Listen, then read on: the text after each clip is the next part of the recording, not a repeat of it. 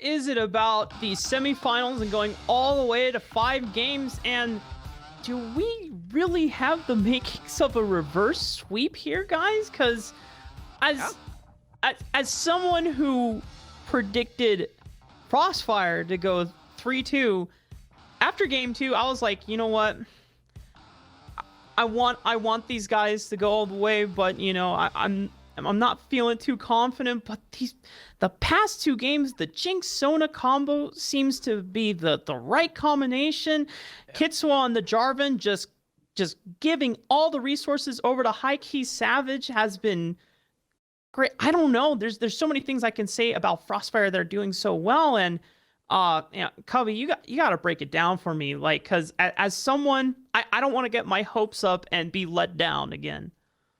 I mean, I think it's really time for us to like give some love to FrostFire. Obviously, we've had kind of a crazy day, and props to producer Lauren for really taking over for us when Joe's internet went boom. But we didn't really get a chance to praise FrostFire for game 3, and all of a sudden they win game 3, they win game 4, both in dominant fashion, and all of a sudden they're right back in the series, and we have a toe-to-toe game 5, and I really think it's up to ANEW to change up their strategy, right? The last couple games, they've let through a very similar comp, right? Revolving around this Jinx Sona lane, and I think it's time for them to try and deny the Jinx, and I think it might even be time for ANEW to swap sides, like maybe red side does them justice. I say that. Producer Lauren just told me that it's still same side. So in that case, divine game run back. Maybe it's time to put Karma mid. Like maybe it's time to put Karma bot, right? Give Rodolph something like a Kennen that he can have a little bit more playmaking on, or try and deny the Jinx to get Shorty a little bit better of an AD carry, because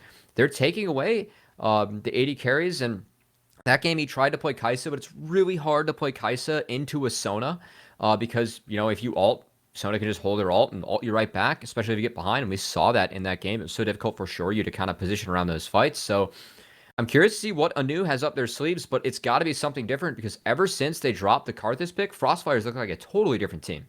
And they're going to need to try to make sure that something different happens on FrostFire's side as well for ANEW in this draft specifically. I've got some straight up numbers for you gentlemen here. 100% win rate in this series on Jinx Sona, 0% win rate in this series on not Jinx Sona.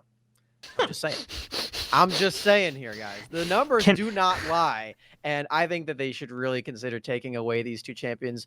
And man, oh man, FrostFire, I have to commend them. They're sticking to the same game plan across the 4 games. You know, they're getting different champions, of course, but they're trying this scaling game in all of them. And it's really come to light that the Jinx and the Sona work really, really well for them in the scaling. We've seen that they tried it with the Vayne, they tried it with the Karthus in the jungle, but this seems like a winning pair. I'm very curious to see if they have more winning scaling champions, because it really feels like FrostFire, they know exactly that that's how they want to play the game.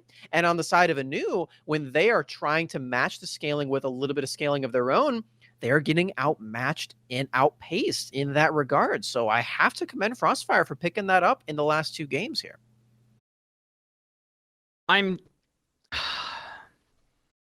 After last night's semifinal series, I thought my heart couldn't take any more. But now we're right back where we started. You're a bit more invested in this one too. I know. Yeah. I mean, there's a lot riding on the line for me right now. But with FrostFire, yeah, that's yeah, I don't know, guys. I'm truly at a loss for words, because when we get to game 5s in this situation, all bets are off. It doesn't matter who won the first 2 games. It doesn't matter who won the most recent 2 games. This is where everything. Well, okay. Best of 1 now, I guess. I think it matters who has momentum. Oh, okay. So yeah, emotional momentum definitely comes into place, right? But when it comes down to, you know, the last stand, match point, both on the line for both teams now, like anything goes. You know, this is where ANEW Esports have to make a huge adaptation to not let FrostFire get the same playstyle and composition again if they want it to have a chance, or they need to throw something completely different that either re-enables them to play like they were in games 1 and 2, or it has to be something that FrostFire has just not played against. And maybe the factor of just no experience against this playstyle that ANEW Esports have or are prepping for this Game 5 is enough to just completely throw FrostFire out of their comfort zone here, Cubby. Yeah, and I love how you say it's Game 5, like everything's out the window, right? It's all about mentality. And that's why I think momentum matters, but also that's why I really want to see ANEW switch things up, right? It's not as much of a, hey, like we need a different strategy, which I believe they do, but also like it helps with the mental, helps reset things. And I'd love to see for ANEW try and match with the scaling because they have talents like FrostFire and Shoryu that mechanically should be able to outplay the members of FrostFire, right? And I really want to see them try and trade out their Ash ban and ban out something like Sona or even Karma. Go for an orange strat, get Shoryu a good 80 carry, try and play for some more scaling and really punish FrostFire because it seems like they're going for this early game in games 1 and 2. It was beautiful. Games 3 and 4, they faltered a bit. Why not just play late game, play it safe? It's Game 5. It's really tricky for teams to have that edge in Game 5 to like have the balls to go and say, all right, guys, we're going to make this early game play. Take the late game scaling, right? These guys should be the better team. I know it's a different style, but maybe an Ornn is exactly what you need into a Jinx, right? She doesn't have % health damage. Stacking up all of those stats and one of Rodolph's best champions and also late game insurance for the side of ANEW. I'd love to see that come through for them this game. I think it could be a really good pick.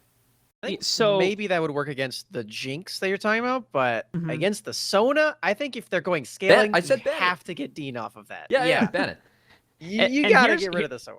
Yeah, well, here's also my concern, and you know, I'll let Smacks answer this one. If Cubby, what you say, is something that ANEW go for, they say, you know what, Rodolph, get off Karma duty. You're now playing Ornn. You're playing this giant meat tank, this tank. Alawi has not been banned this entire series. Granted, it has not been needed because Karma was always the answer in the top lane and prevents it. But does that open, and is ANEW Esports, should they be concerned about an Alawi R5 since ANEW have elected to be blue side for this last game here? I mean, absolutely, but that's what you get bans for in 5-4, right? Like if you want to go for that Ornn. I'm curious though, because like I've seen ANEW so consistently flex Volibear, flex Set, and yes, they did flex Volibear in game 2, but I haven't seen Set really have an appearance. That's a really powerful flex for them. Mike Young's really good at that in the jungle. It's Rodolph's one of his best champions, and I know that game 1 and 2, it looks so sweet. They had 2 great comps for Nidalee, and Mike Young was just on fire, but these last couple games, game 3, honestly, they should have won, but they overreached. And game 4 was just, they had too many neutralizing picks, not enough damage, and sure, you can't do anything into that team as Kai'Sa. So I'm talking a lot about strategy, and I know I said, like, it's all about mentality, but I feel like ANEW just needs to swap things up, get a different pace so they can maybe help reset their mental, go into this game fresh, because this team has so much experience, so many talented players on it. And, I mean, like I said, props to FrostFire for really giving them a run for their money in this game, right? Like, no one had FrostFire getting this far besides Rafa and Ari, and a lot of us had ANEW heavily favored, and here we are to game 5 where FrostFire has all the momentum. They've looked great in the last 2 games, and really think it's on ANEW to have the onus to swap things up, because whatever FrostFire is doing is working out very well.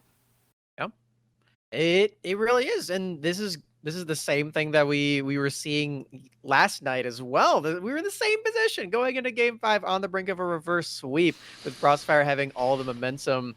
I don't want to hype up too much because I still want my prediction to be right with ANEW at least winning, because I don't want to be completely wrong. But Mark is definitely on that trajectory here, guys. He's not emotionally invested at all, by the way. No emotional investment coming out from It Mark. is so hard. He's not biased at all. Not excited. It is so no excitement. I'm trying to hold it in, guys. I really am, and it's so damn scary because after I got excited for Frost Force debuting on Polar Ace last night, and then just to watch it all crumble, you know, it hurt a lot, and I just, you know, I think I've said it before to you guys in off air. I don't want to be like a KT Rolster fan in the past where I think it was always Monte Cristo who always talked about that, man, being a KT Rolster fan sucks because they build you up, they give you hope, and then it just all comes crumbling down. It's the Buffalo Bills razor cake scenario, right? Where someone gives you a cake every year. You know that there are razors in there, but it's a cake. You want to take a bite out of it anyway. and it hurts you anyway. So that's kind of what we're dealing with here for Rafa. We're going to have to see if that ends up coming true, or if FrostFire proves the majority of us wrong and actually sweep this series. And, we talked about going into this how I thought that FrostFire, they weren't favored, but they could play underdogs in this tournament. I really think it's shining through, and it is off the back of some of these weird picks, right? This Lethal Tempo Jarvan, this Jinx Sona being played, and FrostFire, they literally came back from the graves. Like, we were getting black shirts to have a funeral for FrostFire after a 3-0 during Game 3. Don't reveal the bit! I mean, come on, it's dead now. We can't do it after Game 5. It's been a close series. Like, we can have a funeral for the we funeral were putting on bit, black Cubby. to, like, Come have on. a funeral for FrostFire. They literally came back from the dead. Oh my god. It is very true. We were ready for the funeral and everything, but I think it is, whoever wins, they don't, it's not a dominating performance anymore. It's not a 3-0 sweep. It is a very, very close series. And, before we start throwing it over to TJ and Ibris for the final game of this series, I just want to make this apparent. I think both ANEW Esports and FrostFire have definitely done a fantastic job, and whoever wins this final game, just all the credit goes to that team. And, I don't want there to be any hate or, no hard feelings either way. Both teams have played an amazing series, and I look forward to just enjoying this final game. TJ and Ibris will take you through this final game. Welcome back. It is our final game. Both semi-finals have gone all the way, Ibris. My name's still TJ, still alongside our very own Ibris here to back me up for our final game. FrostFire versus ANEW has gone far further than either of us thought it would at the beginning of today. I think that's the most important narrative here. ANEW started it 2-0, and it looked darn dominant as well. Yeah, I believe your furry friend's just taking a dive off of the edge of the camera screen there, TJ, but hey, got this. Such is life. Yeah, definitely did not expect this one to go as far as it did. Analyst Desk had some really beautiful points just as to how much of an upset this has been. And, well, actually, I'm already happy to see a couple of adaptations that we were expecting leading into this, where on one side, you have that Ashe that was consistently banned out, and on the other, you have the Graves that was a good answer to the Nidalee that I hypothesized, and you have the Soraka, who is the only viable enchanter in my opinion. But most importantly, Ibris, they banned the Sona. That's a victory in my book. We live in a world where the Sona has been banned. ANEW Esports don't ban the Jinx, I want to call that out, but they do get rid of that J4 as well. Let's move quick, because it is Ashe Pantheon probably in the bot lane. That Pantheon can be flanked mid to 5-fire as well. Nidalee is in the jungle versus a Graves for FrostFire. Mike Young back on the Nidalee. He was so terrifying on during games 1 and 2. And ANEW say it's time to go all the way. And oh my lord, what is this shenanigans? That is a Nico, and that is kinda troll, I think. No, it's not troll, it's fine. It's difficult to execute. It's a multi-role flex. You can run it bot with Soraka if you really want to, and that's a pretty devastating lane. But what I would give to see FrostFire run Soraka, Nico bot in Game 5 of the semi-final genuinely, with $15,000 on the line. If it wasn't against this team, I'd say you could run Soraka Senna bot even, but yeah, because you can't do that. ANEW will just turn on the pressure. That's also why I'm not a fan of Soraka too much, but I wasn't a fan of the Janna. I certainly wasn't a fan of the Sona, which they did make work, so who am I to doubt? Just for the moment been, consistently pleased with the fact that ANEW are unafraid to turn on the pressure and just go crazy with the kills early on. We do see the bans of the things that could be most disruptive, so Blitzcrank expect the rest of the hook champs to be targeted as well. ANEW already had the Pantheon though. If they can pick up the Pantheon Galio again, that's terrifying. If we can see things from ANEW that can get aggressive behind Mike Young, that's what they're looking to build. Yeah, I think Shen being banned out here is just a lot of respect towards Quas. 1-3-1, a lot of dynamic there. Sorry. Bless you, you did a mini dab. I was looking for a cough button. I was like, oh no, I don't have a cough button. because normally anyway, it's been a long time. Anyway, Tech I do want issues to all touch over the on, by the place. way, a lot of respect going to the potential Nico Soraka bot lane, or the potential flexibility of that Nico, in the fact that you see 2 solo lane bans for 2 drastically different solo lanes come out from ANEW. Maybe they're also reading that it's going to be Nico Soraka bot lane. We do get that orange top FrostFire getting the stability they've been missing, but it's into a cannon. ANEW, okay, no, alright, I was too excited. I do want to note, we don't have FrostFire AD carry yet. Could be just about anything. That Jinx is still on the cards, and we want to run it back. They could be flexing the Soraka Nico, but that still hasn't been ruled out, as though, as you said, it could be hard bullied. GP will be thrown top from ANEW. Soraka Nico is actually very difficult to bully, and in 2v2 it will trash you. The issue is that if you ever gank it, they die. They really are just in so much trouble. I do want to touch on, by the way, insane global pressure between Pantheon, between GP, between Ashe, and now with TF as well. ANEW, if they win one lane, will win the entire map and take control if FrostFire aren't super careful with how they play out this early game. This will be a twisted fate for 5 Fire, which means that Pantheon is 100% going bottom, which should adjust how this... Oh my god, this is Soraka carry. Yeah, no, it's Soraka Nico bot. It's Nico carry, but yeah, I Nico love carry? it. So happy to see it. Yeah, Soraka support with Nico as the carry. It's nice. You got a lot of disengage. You got a lot going for you, and yeah, honestly, I like the Galio as a direct response to some of these globals. I'm kind of terrified because this is genuinely $15,000 on the line. Everything for FrostFire at stake. And they have pulled out a wildly experimental draft. The upside for me, I see much firmer tack than we have had in any of their previous drafts. They now have the Galio, they have the Ornn who can take those frontline fights even as we draft towards the late game. They also have the benefit of being able to throw that Graves into lane no matter what, with the persistent scaling has always been a win for that team. I'm genuinely unsure how well the Nico is going to do that.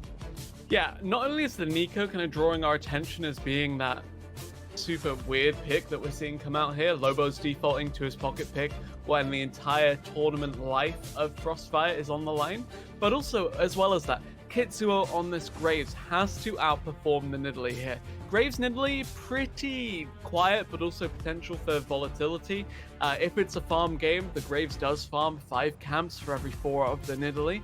That's a good rule of thumb to operate with. They're both super heavy clear junglers. Something I do want to touch on though. TF, especially if he goes AP, needs Roa. Takes some time to build that. GP takes some time to ramp up.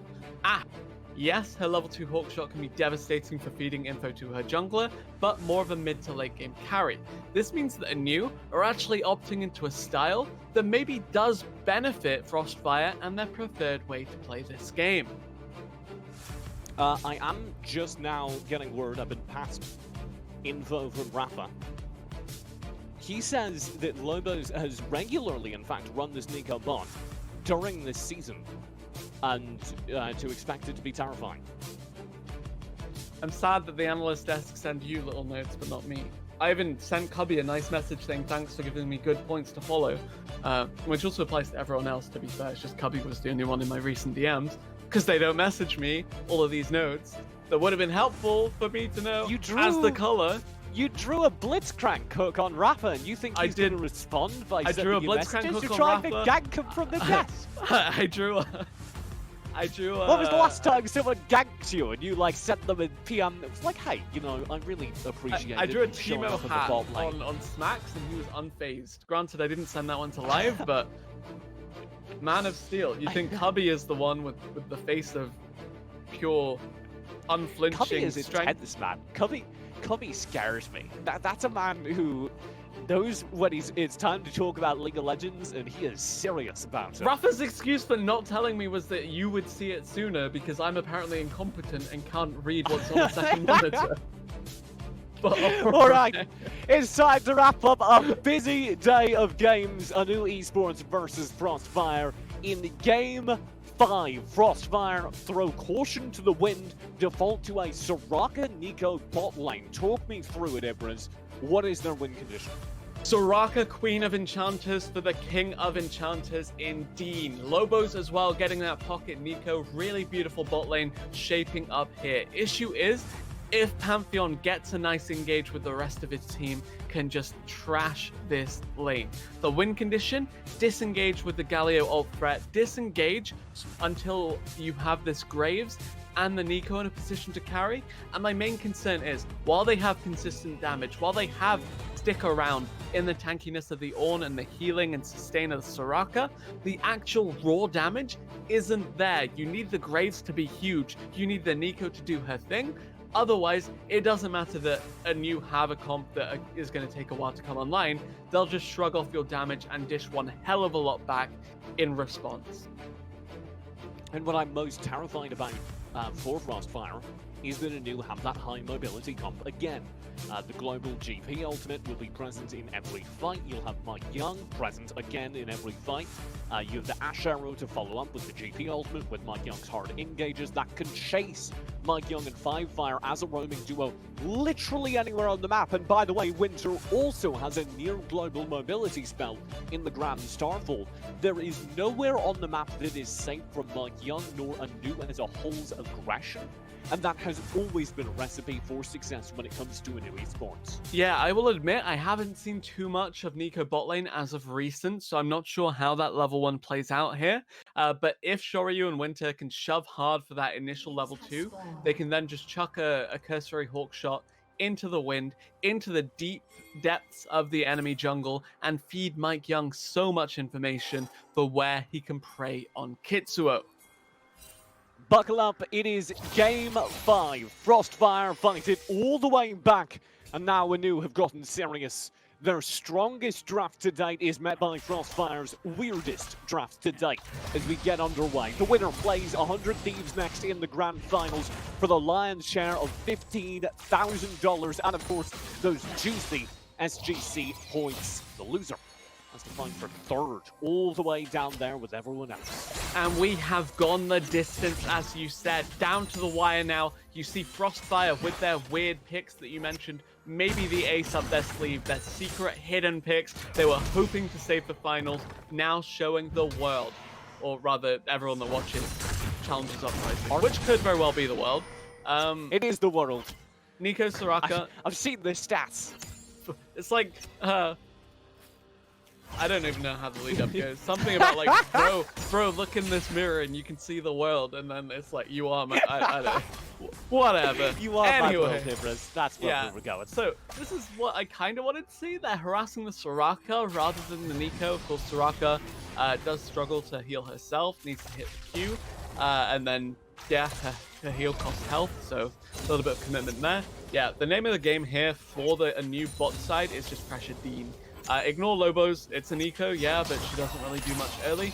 Pressure Dean. Get that Soraka down, get that Soraka out, and just make her life hell. The issue with Soraka lanes, by the way, prone to being pushed in, because Raider Carry can't really do much with a support that's a glorified health potion. And as well as that, just the fact, so easy to push in, so easy to dive, and you're looking for ANEW to coordinate some really early skirmishes down in the bot lane. FrostFire is going to win. Good job prioritizing their bot lane. Oh my god, that was dirty. Did you just see Winter get CC locked for a literal decade? Archaeologists can dig up his skeleton and throw it in a museum somewhere. Yeah, pretty easy for, actually, you know, the Soraka, when we saw it back in the LEC in the carry role, it was with Nautilus. This is because you can just, you know, land a CC, in this case the Neeko E, and then it gets followed up by Soraka E, Soraka Q. Suddenly you're doing half of someone's health, sustaining up through it, and it's just, there's no counterplay to it. Fortunately it was on Winter and not Shoryu, but Winter now burnt through all of his pots. Does mean that the sustained game you're playing against the Soraka lane is going to be a little bit less hot. Yep, Winter will engage as a response and does find damage onto Dean.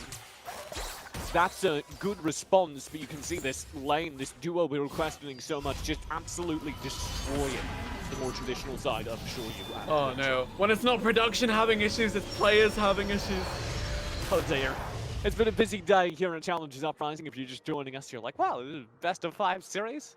Why is it taking so long? We have had a whole host of meteor showers, I believe producer Joe referred to it as. Welcome back to the desk. We're going to fly back to our pretty faces. Well, his pretty face, my rather ugly one. I want to talk a little bit more about that CC lock we just saw down bottom. FrostFire did an absolutely incredible job of utilizing the Nico Soraka duo. Can you talk a little bit about how that lane's supposed to work? So as I said, similar to when we saw Soraka paired with Nautilus all the way back, I believe like 6 weeks ago, it's just you land one CC, you land every other, and it's very, very oppressive and easy to chain. Just huge commitment, because Soraka CC is part silence, part snare, no counterplay. It's really disgusting, really difficult to deal with, and that's when it's used offensively. Used defensively, this lane becomes really difficult to gank, unless you can coordinate a big dive. And that's where I think the Galio really ties in beautifully, because suddenly that TF Destiny into Cannon Barrage, into full commitment from the side of ANEW, becomes just that little bit trickier to execute, and does mean FrostFire do have a lot of room to breathe come this early game. That bot lane scale isn't as imperative as it was previously, though. I'm looking more towards the presence of their Ornn, the presence of their Graves on the top side of the map, frankly, to bring the pain come mid-lane game. So yeah, definitely do have my concerns about the damage come the later stages of this game, as we mentioned. This better be going to live, or I'm going to look like an idiot again. It will, that's why I'm drawing it again, because I wanted it to go to live now that I remember.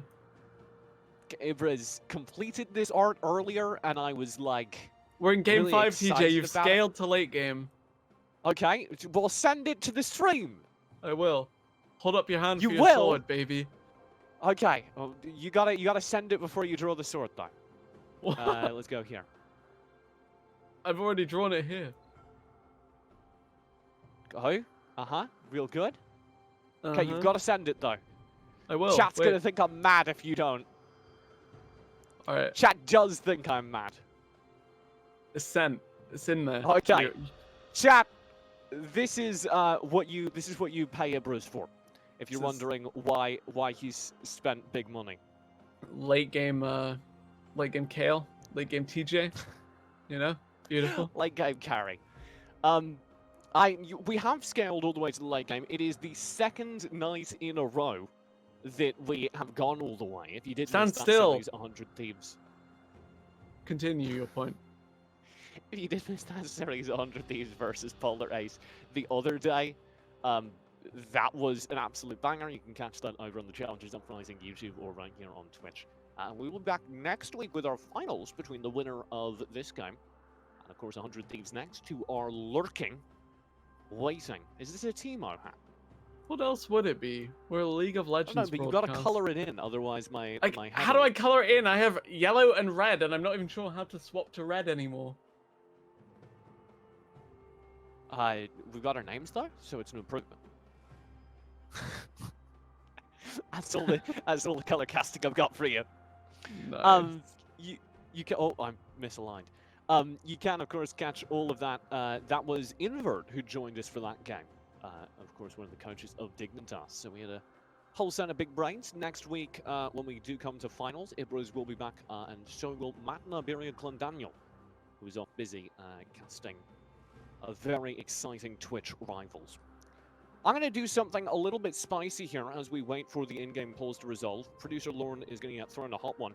At the very beginning of today's stream, we played a segment from an interview I recorded earlier with FrostFire over on ANEW Esports. And I was wondering if we could maybe call that back up while we're waiting for things to resolve here.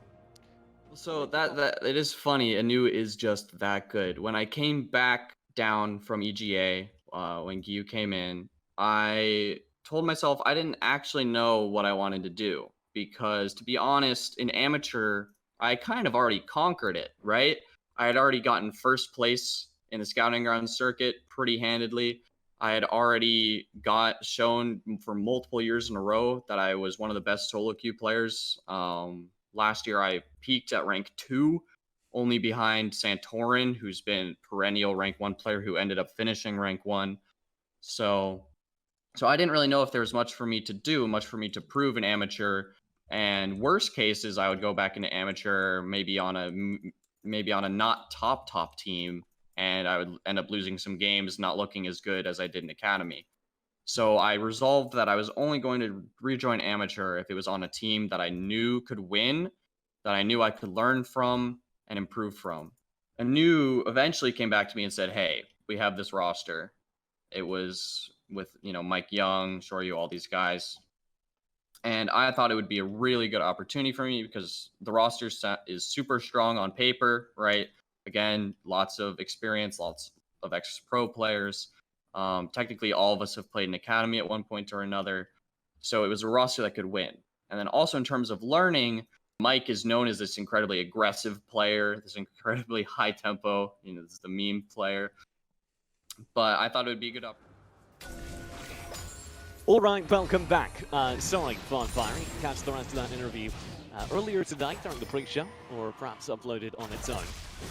We are back into the action now. We've resolved the tech issues, Empress. We're ready to go. Definitely are, TJ, and yeah, happy to be back here watching this one play out. Still no big level 6s across the board yet, but once the GP ticks over for the Cannon Barrage, once we have that Destiny, that heroic entrance, and hell, even the likes of the Crystal Arrow and the Grand Starfall, expect the aggressive trigger to be pulled. And that will be the cue. As soon as ANEW have those high mobility ultimates available, expect the trigger to be pulled, probably down towards this bot lane, which is relatively defensive capabilities. But on offense, they just melt Winter. Oh my lord, the kill that kept him up was downright heroic. That was Shoryu with big plays. Kitsuo's in trouble here though, and that would be a big loss for FrostFire if he goes down. It's a good smoke screen to keep himself up though, and so he's not at risk. Yeah, I need to keep an eye on Kitsuo and how he plays this early game because he needs to transition into a mid-game carry. Nico, not that 1v9 of the Jinx, so Lobos, while consistent, while reliable, is not gonna be able to do everything by himself.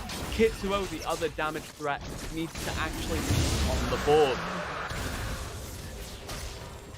It will be FrostFire pushing mid lane in order to build that space for ANEW to grab the first trade of the game. They also knew, of course, Kitsuo with that much damage had to go back, so it was a fairly easy mountain break in their favor. I don't think we've ever seen FrostFire take the first strikes of the game. They're always playing with a bit more scaling. I think this is the least scaling draft they've had, though. What a clean escape! Pretty nutty that the phase rush got to pop for free there. No attempted follow-up from the GP. A couple of stacks on the E gave him true grit, so yeah, the Graves was pretty tanky. Didn't actually take much damage, and yeah, you say it was a cool escape, but let's be real. Had there been any kind of commitment from the side of ANEW, given the fact Destiny was up, would have just seen the heroic entrance, and that would have been all doom and gloom for the solo laners of ANEW. Happy to scale, they got Cult in pocket. Need to ride this one out for at least a few more minutes before they truly start to pull the trigger on some crazier engagement. For me, the numbers to watch as we head towards the late game are Kitsuo's. He needs to keep ahead of Mike Young. The Graves needs to be huge in the late game as a damage source for FrostFire. Yeah, as I said, the Graves is the only secondary damage source on this team. Galio, Nico, but kind of halfway there, but it's the Graves who's going to be picking up the slack come the mid-game. The Graves clears camps about, as I said, 5 for every 4 of the Nidalee, so really has to be intelligent on the way he rotates around here, and given the fact Kitsuo's played more of a supportive role earlier this series, I'm a little bit apprehensive as to just how big his carry chance are. Oh, don't say that now. He's going to get stunned up. Has to flash over the wall. Good taunt will keep him safe. Hikey Savage can't protect him from the dive, though. FrostFire finds the kill. Hikey has 2. Incredibly low, but they can't complete it. Instead, FrostFire manages to duel out till Dean goes down. And FrostFire, I don't believe it, nearly escapes. It'll be a 2-for-1 trade there in the mid lane. Somehow, FrostFire don't get anything out of all of that damage onto the two mid lane duelists. Unsurprisingly, the 0 damage comp deals no damage. We said this Graves needs to pop off, this Nico needs to really get rolling if FrostFire are gonna contest at all, and that is the case. That's still the case. And if you take a fight in melee of the Galio, he's not gonna press his R, but because he didn't press the R there, he could press it here. There it is. Galio to come in. Bodor just deleted. Wait. Oh my god, and Quas survives. Very well played. Wait. I think Quas forced the GP splash 1v1 as on. Yes. Yeah. Incredibly aggressive play. He did go Cull first, so Rodop didn't really have anything to play safe with that. It was literally just Cull in his pocket. He deserves to die to the Galio ganks then. Like, genuine, like... King of You're top not lane, a fan of GP Cull first author item. of the best book I've ever read once. Which is a lie, by the way. Like, I read better books once. That being said, have you ever read a book and then considered it to be like one of the best books you've ever read, but you read it long enough ago that you're scared that if you reread it, you'll have like changed your worldview or gotten like more refined tastes, and you'll realize that it was in fact kind of bad. Like why you don't rewatch Naruto I do have at an age answer. 20. I do have an answer, but there is a fight coming in mid. FrostFire. The first fight, this should just go down, but they can't find the final blow. Kitsuo will connect. FrostFire again survives impossibly long. This taunt's good though. So it's a double kill to Kitsuo at the end of the day. And that is Goldboard massive static, for TJ. FrostFire's pocket. Okay, there we go.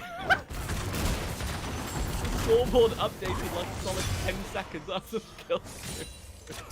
It's working, okay? Give our scoreboard, look, it's been a long day. Game 5, Rodop still in trouble. High Key Savage there Solo again kill. as Quas completes the art of the top lane with 2 different kills in the top lane 1v1. Down bottom, Pop Blossom will be spent by Lobos. He's in trouble, but Deft has the stall up. It will not save him. Lobos goes down.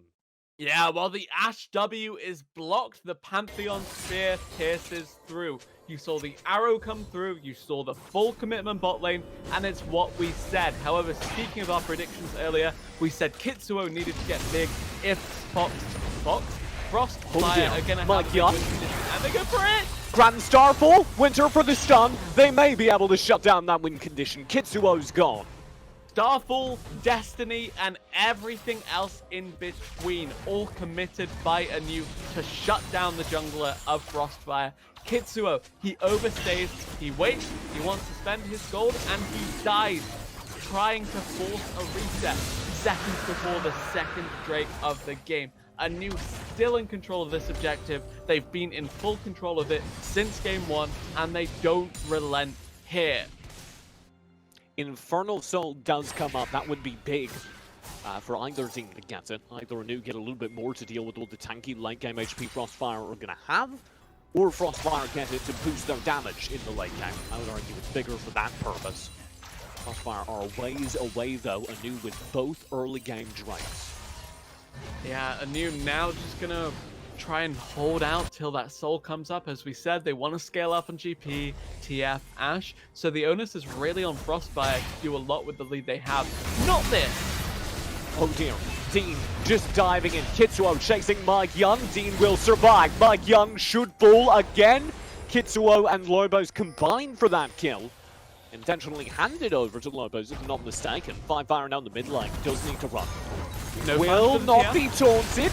He's safe though, the taunt comes through. FrostFire should be scooped up as well. Winter underneath the turret is responsible for at least one shutdown. Again, passed over to the GP ult.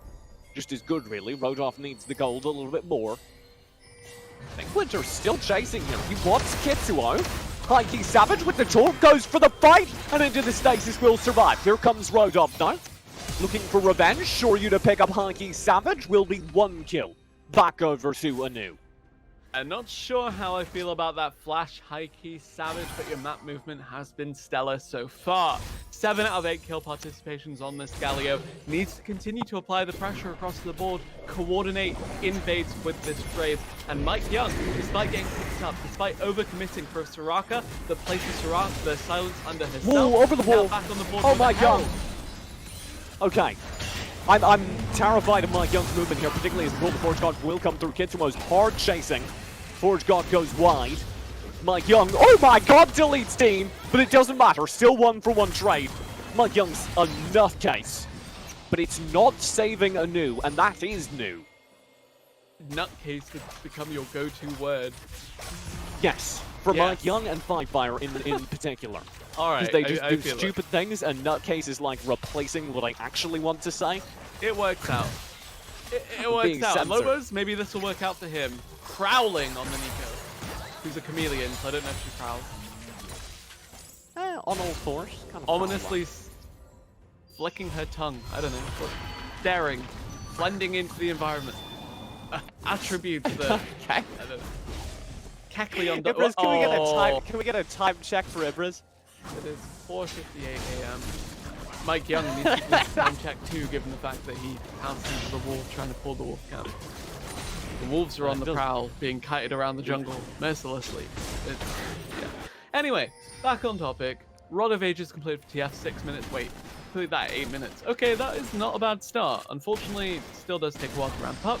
Blade, beautiful spike for the Ashe.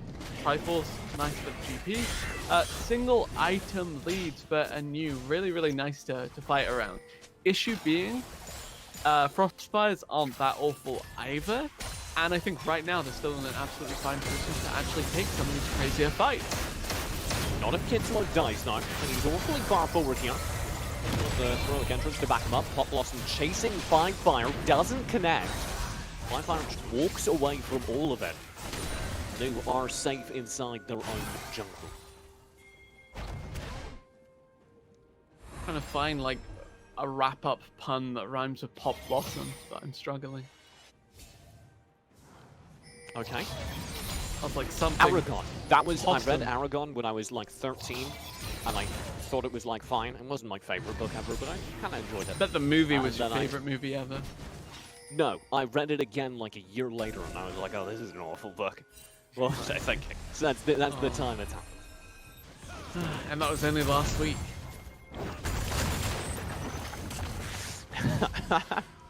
I think I've just lost that one. I'll take the L and not move on, much like FrostFire did around the first two Drakes. Now, Took of the L course, as twice we leading near into the Infernal series, Drake. and they moved on. They tagged back game after game, maybe after game if they get this one too. Honestly, ANEW more than happy to take these random shifts of power around that mid priority for now. As long as they don't lose the next Infernal, they're happy with this kind of state where they have time for GP to farm, TF to farm, push to happen. Arrow goes wide, but they'll still fish for the next fight because they really do want this Drake. Yeah, FrostFire really needs this Drake as well. ANEW would like to secure their late game, and this would be the way to do it. Can't get over the wall. Only a time steal attempt, and oh my god, the silence just there from Dean was so clean. Make sure there can be no steal attempt from Winter. FrostFire get the Infernal Drake, and that puts a pause on ANEW's late game aims. Mike Young looking to put his pulse anywhere but where he's put them so far this game. Had some decent skirmishing early, but unfortunately couldn't execute on it when it really came down to it. That's again where I like the Galio, because it supports the Graves. It gets him through some of the crazier early game shenanigans, as well as kind of dissuading some of these bot lane heavy commitments from the side of ANEW. If you're worried about that cull GP, how are you feeling about Rodolph now? Cash out. Issue is the Essence Reaver, crit GP, crit plank, takes a while to come online. He has the luxury of playing the scaling game, because it's not like Nico, Galio are like two carries that can really threaten the Baron in tandem with their jungler, even if the jungler is Graves. So honestly, you have time. There's not going to be too much contest around objectives. FrostFire's comp really sucks at actually doing objectives, even if they're fighting around them, is pretty stellar. And therefore, I think ANEW absolutely more than happy just to play the scaling game at this point. Yeah, it's worth noting, despite all our, hype around FrostFire, ANEW do still have a gold lead. They'll redouble that now. as they get this Rift Herald again. Like you say, FrostFire are doing a great job winning the early game, but they spike around the mid game. And we're going to start to see them not be able to keep up as we head towards late, unless Kitsuo turns into a monster. Yeah, look at it as being ANEW having 5 damage threats, FrostFire having 1 and 2 halves.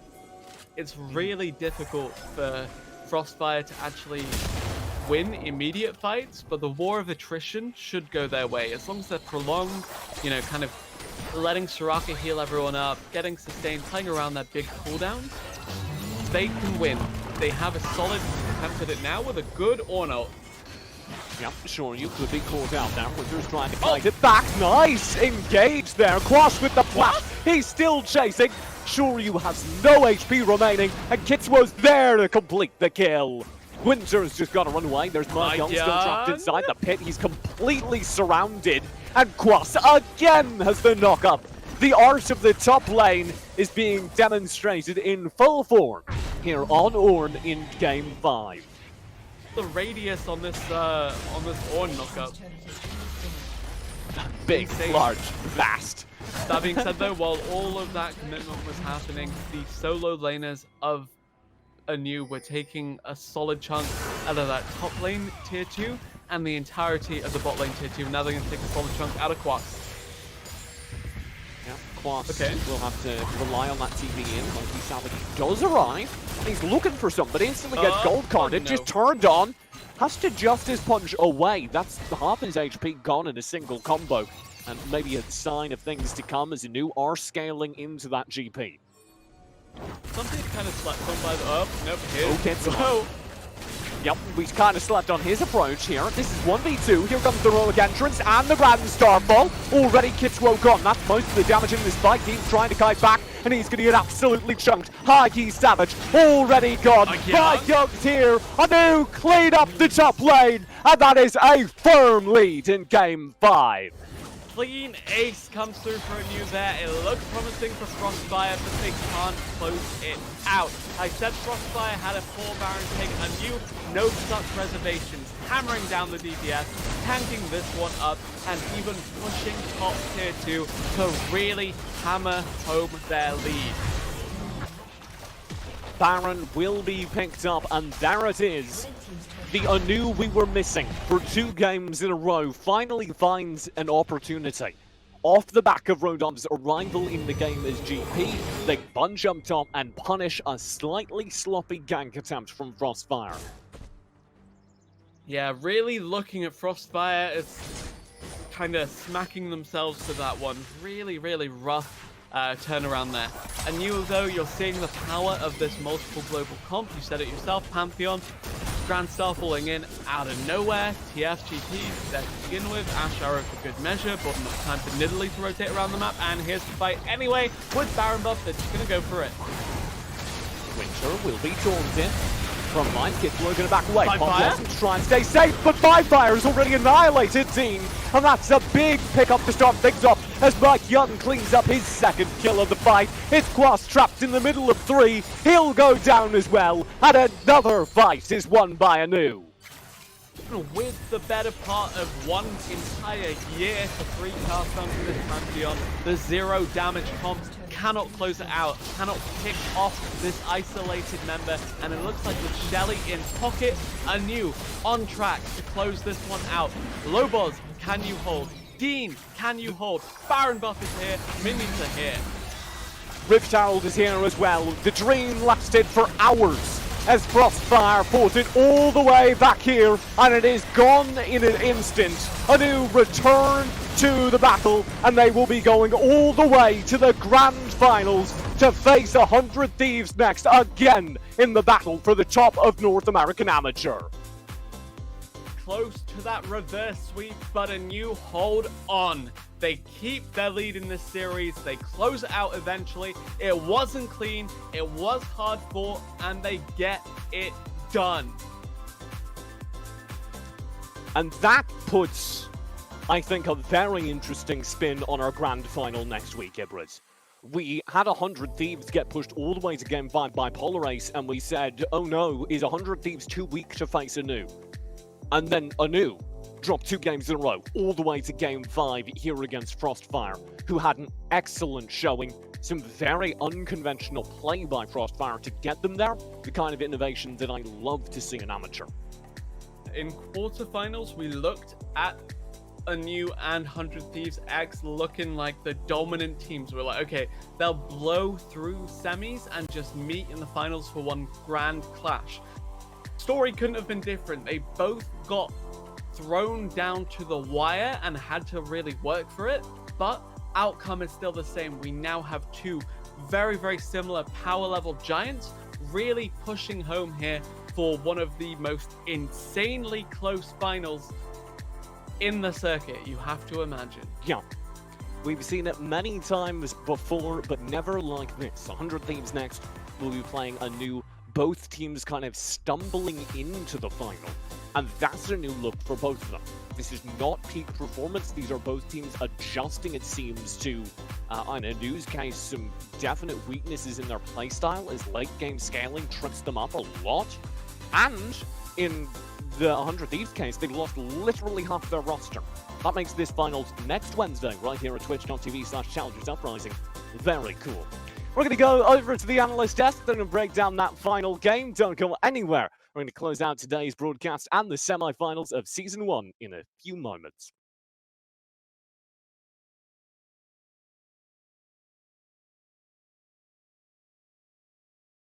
Over, gentlemen. The best of 5 has come to a very, very, very exciting conclusion. I apologize. He's holding back the tears. It was so close for so long. It was so close, and I wish we could have shown you what it was what it was like off air for us 3. Cubby was giving me false hope. God, like I kind of like FrostFire strategy. I'm gonna be honest, I kind of liked it. You cursed me. No, but jokes aside, I'm very proud of Quas, Kitsuo, High-Key Savage, Lobos, and Dean for taking us all the way to Game 5 and putting on a hell of a show and series, and showing that you guys aren't pushovers, and you Ask are how all you are, and very you have to well say you're fine. Well, you're not really fine. damn worth to be picked up. This is a team that doesn't have any coaching, no infrastructure, no org backing them. It's just them, and for them to go this far, and I really am. Yeah, no, I mean. And for those of you that don't know, Rafa goes way back with Kitsuo. This guy was on Rafa's own org. So yeah, if you can see how much Rafa cares about the amateur scene of these guys, and I don't know, getting back to the game. I mean, it was a great series, and really focusing on that Game 5 itself. Max, what did you feel about kind of the strategy that FrostFire was pulling out versus kind of how ANEW was repositioning this? Well, it was pretty cool. We suggested to ANEW that they take the Ornn and go for the scaling route themselves, but FrostFire denied that from them. They took the Ornn on their side, and they had another unique bot lane pairing that we're seeing out of Lobos and Dean. We got the Nico and the Soraka. We saw they almost got that 2v2 kill onto Winter. Had they had Ignite, maybe they would have been a kill, or maybe just a little bit more damage. So yeah, they're showing that they have all of this niche stuff that they have practiced, and we were very impressed watching that lane interact here, and also just them trying to get back into this game, because it's no easy feat taking down ANEW 3 games in a single series. They got 2, and they were relatively close to taking 3rd. Yeah, and for those of you, we prepped a lot of unique picks coming out from FrostFire and ANEW alike, and it was fun to kind of see those shine through. Twisted Fate, who was nerfed on this patch, pulled out by FiveFire again in the mid lane. We talked about how dominant he has been on this champion, was able to show it once again. And on the other side, this is a pick that we've seen Dean and Lobos run before. They ran it in Game 4 over in the Focus semifinal, where I was actually able to cast that one with Lemons. And they won that game in about 28 minutes. And there's a method to the madness, right? Because that Soraka silence, when you combine it with the elongated Nico root, you get the root on the silence as well. So that person is just stuck, silenced. It can be so powerful against the Pantheon. We saw it working out in the lane phase. They had other tools to bring it through, like the Ornn knockup, the Galio taunt, but unfortunately, in the end, ANEW had that crazy map play where FrostFire was able to get around on Quas in that top side. They pulled back.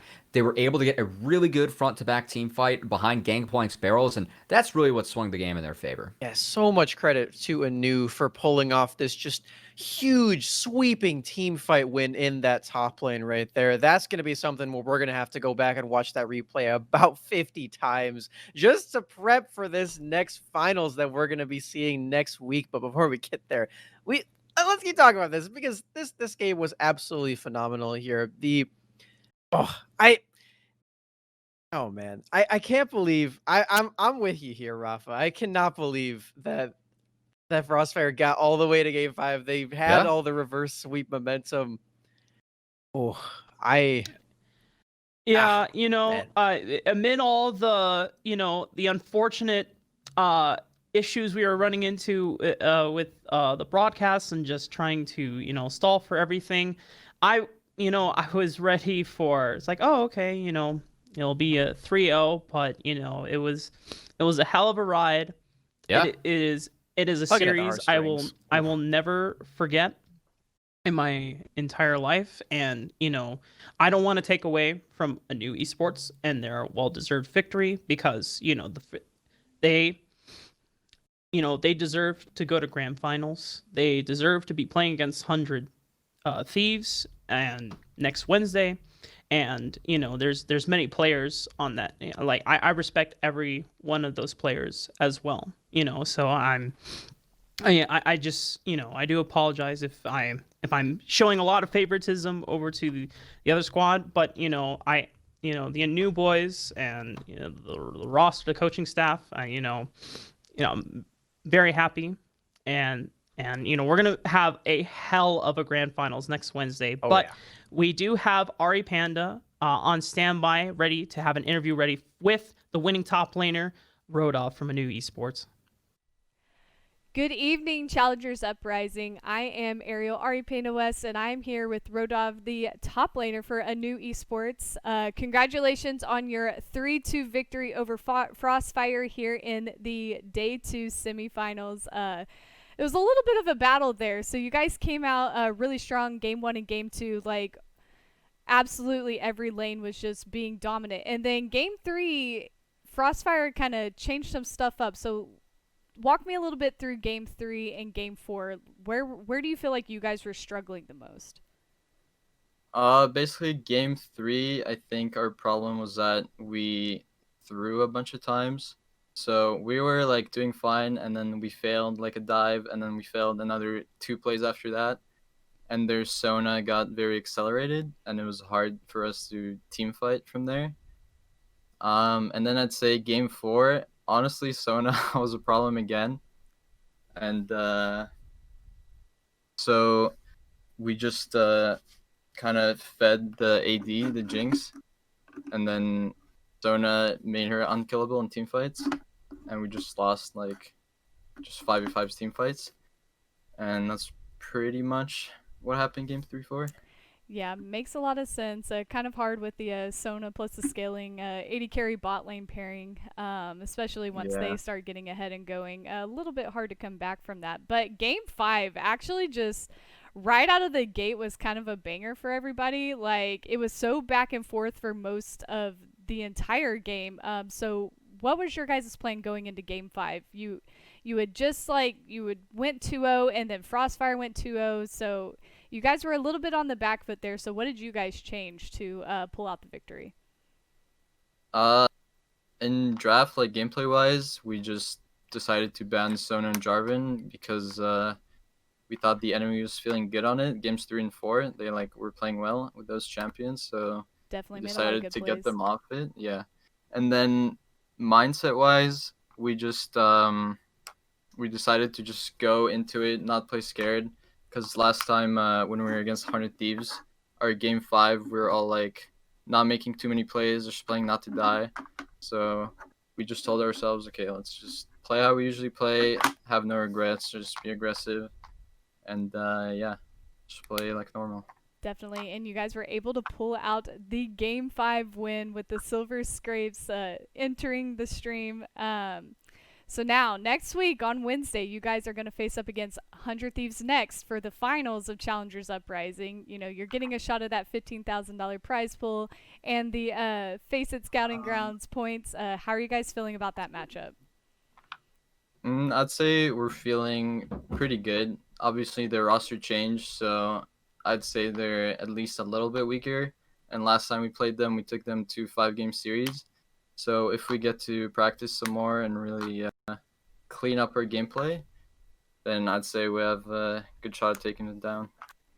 Excellent. Again, congratulations to ANEW Esports for the 3-2 victory over FrostFire here in the Challengers Uprising semifinals. Thank you so much for your time, and we're going to send it back over to Rafa and the analyst desk here shortly. Thank you so much, Ari Panda and Rodov. And once again, congratulations to Rodov and the rest of ANEW Esports for this victory here. I am truly, truly excited to see them go up against 100X because this basically sets up actually what I've been kind of plotting in my mind as a very North American amateur version of what I'm going to call the Tri-Wizard Tournament. There's nothing with wizards involved, but if you think about it, there's... What if we played Brand Bot? Yeah. Wizard bot lane, come on. Oh, okay. Yeah. Maybe that was Osama who brought that up. Yeah. I asked him in chat, it's like, hey, man, is there a chance that you and Jan will ever pull out the double wizard bot lane? And he says anything is possible, and this was a couple weeks ago. So, we might see it. But the reason why I say it is, the tri-tournament or the triathlon, maybe that's a more appropriate name, is 100 Thieves next to ANEW Esports. This is not the only finals that they will be playing against each other in. In fact, it's already happened. Over in Big League, they played against each other. 100 Thieves got the best of them. However, that was with Kenvi and Tenacity on the roster. And now it's going to be the next, or we have NXI and Fallen Bandit. And they're also playing the same final matchup over in Upsurge Esports. 2 nights in a row, which is going to be crazy. Yeah.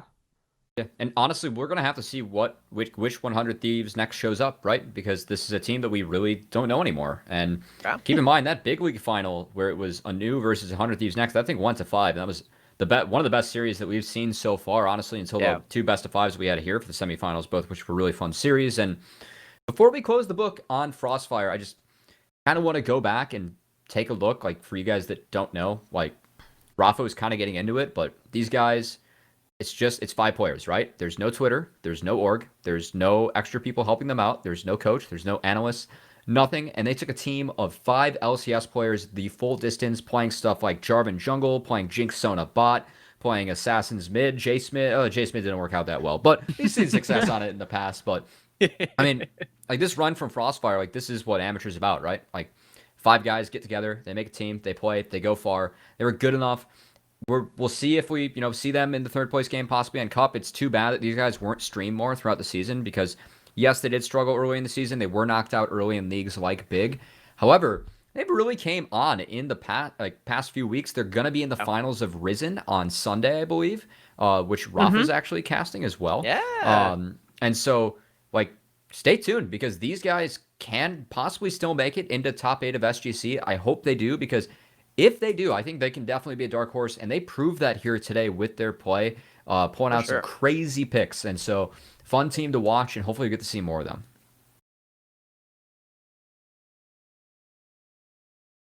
Oh, I 100% agree.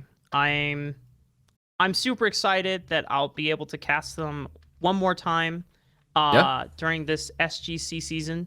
And the funny thing is that to explain the relationship between me and Kitsuo, like I said, we go back since 2018, and and one of our fellow co-casters in the scene, Alk Battery, knows this. There's this running joke that anytime I cast over Kitsuo's game, he loses. So I cast or curse him. And I was we were joking that like coming up to this ANEW series, I was like, hey, I'm not casting the game. I'm just the desk host. So maybe this is where we get our chance, right? And I don't know if this is an ongoing curse. As his close friend, I hope that the curse doesn't continue on Sunday. But obviously, I also, as a caster, I want to see the most competitive series between both of the teams competing.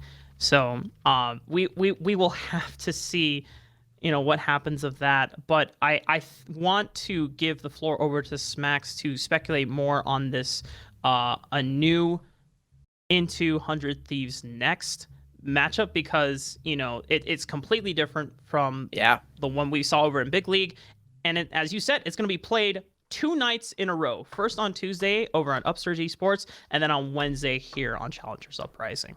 Yeah, this matchup is very, very interesting. I feel like after seeing them yesterday, when they did put NXI on these carry junglers, it might not be as different as we're expecting. They don't have Kenvi, they don't have Tenacity. They're probably not going to be carrying through this top lane. But I feel like a lot of the prep that ANEW had to have done before the Big League Finals can still stick. They do still have 3 of the same players. They do still have a jungler who really wants to be in that carry position.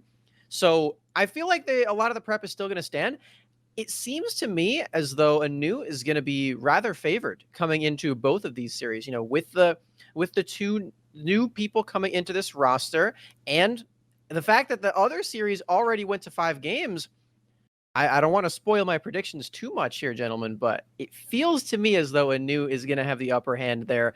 But, saying that, FrostFire did really give it to them in this series as well, taking them to 5 games. So these are just 5-game teams here. I don't know. I expect we're going to be seeing a very, very close series in both of them.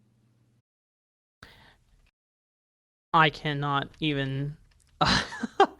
I can't wait because we're going to see so many adaptations come out from both of these teams, as they are going to be playing a total potential of 10 games in a span of 48 hours, which is absolutely crazy. That's what we just did the desk for. Yeah, and I have to say, whenever you get to play against the same opponent for that long, I'm not saying it's more like scrims, but you just start learning so much about the other team. You start to pick up on tendencies, play patterns, and then you start making adaptations. And by the time we see them play against each other over an Upsurge, it could be a completely different pick and ban meta that we go into Wednesday. But before we close out tonight's broadcast, we have finally calculated the end results for fantasy points. And ladies and gentlemen, Smax is your fantasy draft winner for the first season of Challengers Uprising. His picks came in clutch. It was literally down to the wire for game 5. Had, we seen anything else, I mean, the fact that he was only up by 8 points just shows that Smax was able to bring it back. I cannot say the same, however, for Cubby. He was just trailing behind for most of the time throughout the season. So I'm sorry, brother, but at least you will not have to do the TikTok punishment dance alone. However, you're going to have to do a little dressing up for this one. So I would much rather I will do 5 TikToks. I want to keep my sweater vest, man. Got to keep the looks going. Got to stay consistent here on the desk. I mean, like, you don't have to. I said as long as it's within your comfort zone. So, like, if you just want to like completely dress up in a sweater vest, like a tux, that's I can do that. I'll do that. Yeah, Get a haircut. I will look super fly for you, Rafa. Okay. I'm gonna do my best. We can work it out. Yeah. But TikToks though, I can start working on the TikTok dances. I mean, it's like 12:30 a.m. like Eastern here, which means it's Friday. So maybe start doing like the Friday beers dance where get like the legs going. Oh like my, that. see, Cubby, we'll have you're to figure it already out. ready for it.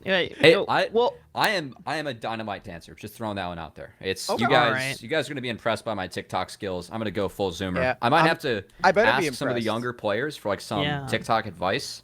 Because I'm a 24-year-old, like physically, but mentally I'm like a BMW away from being a 50-year-old. So yeah.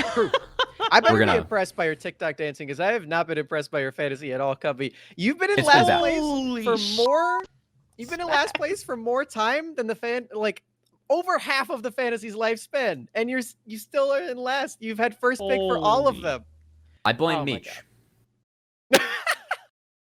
That's true. That's more Oh, toxic man. than what I was saying.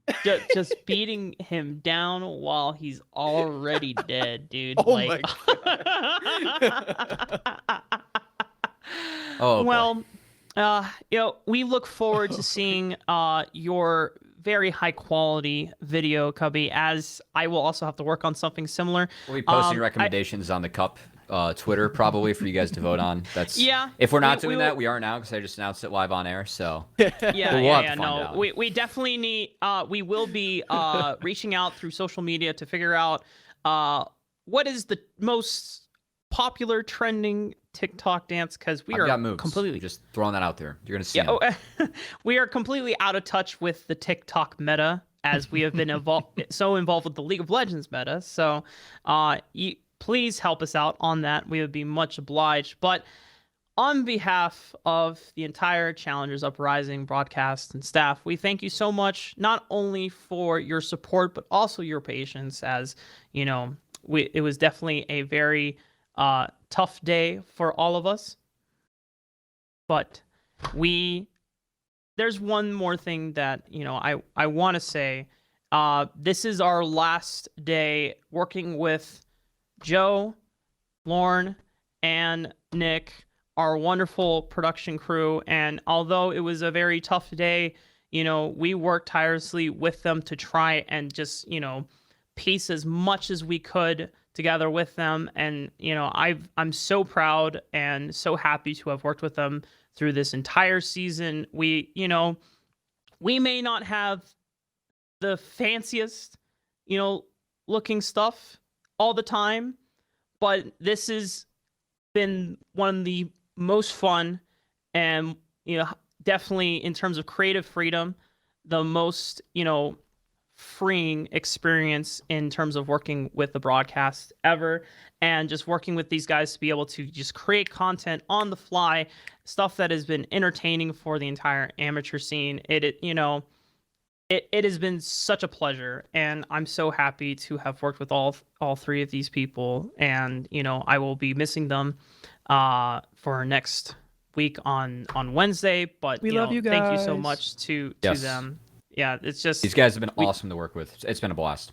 yeah, and production does not get enough love throughout the entire amateur scene. I know many people, all of our colleagues will agree that is a fact. So please, you know, take this time to appreciate all producers who do a lot of work behind the scenes, who don't get enough shout outs. I mean, like, on-air talent, we do a lot, but we're always on camera for the most part, or we're always talking. So it's easier to push, you know, ourselves and to be recognized, but it's so hard for production to get the love that they deserve. And, you know, I just really want that all three of these guys, you know, get that support and recognition that, you know, we loved working with them, and we still do. So thank you to those three. Thank you to the audience for enjoying the broadcast and, you know, just being patient with us all of today. On behalf of Challengers Uprising, see you on Wednesday, and have a good night.